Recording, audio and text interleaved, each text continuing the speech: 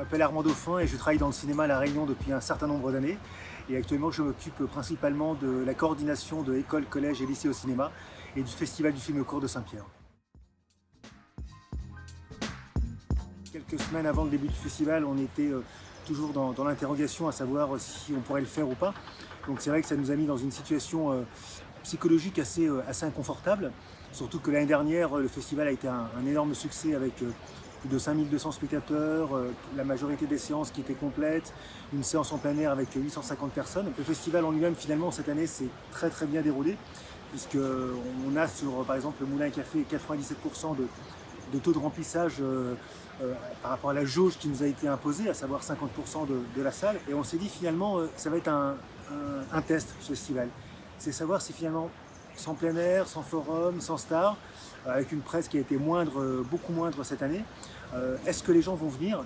Et finalement, les gens sont venus. Donc ça nous rassure sur le fait qu'en tout cas, ce festival aujourd'hui a vraiment trouvé sa place dans le paysage cinématographique réunionnais et a un vrai lien de cœur avec les spectateurs.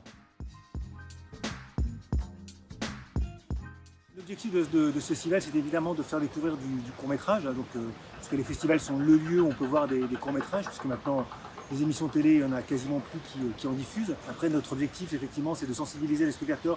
Donc on a un programme qui est international, cette année qui était très large, le plus large, puisqu'on avait des films de Palestine, de Belgique, de France, d'Iran. Donc c'était une programmation qui était vraiment très internationale. La création locale ici, bien évidemment, elle a toute sa place dans notre festival.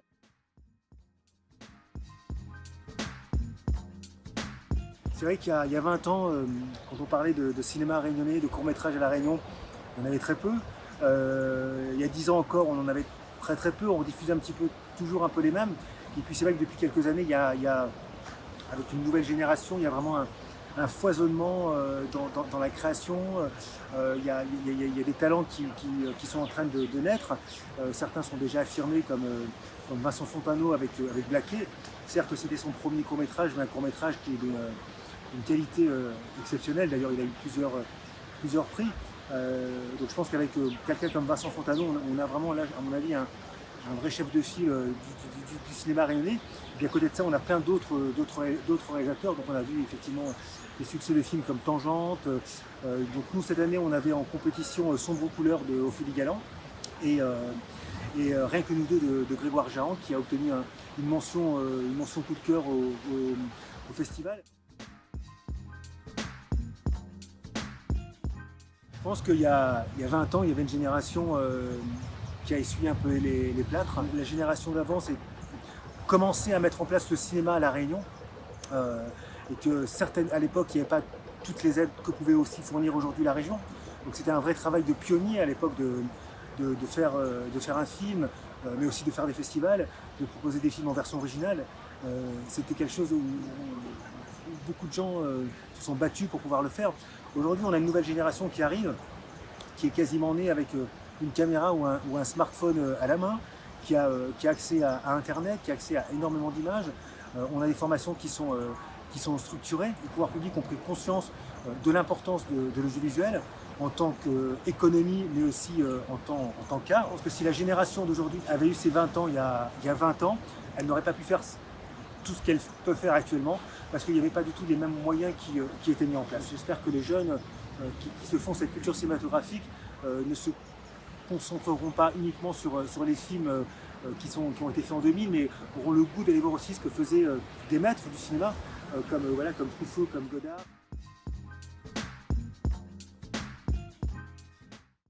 Le partenariat avec les rencontres du film court de Tenerife, donc est un partenariat un petit peu évident. Donc ce que nous avons décidé de faire dans un premier temps, c'était un échange de programmes. Donc il y avait un programme de films malgaches qui était présenté au festival. Nous avions un programme de films réunionnais qui était présenté à Madagascar, avec des personnes qui venaient pour justement parler soit du cinéma réunionnais à Madagascar, soit du cinéma malgache à La Réunion.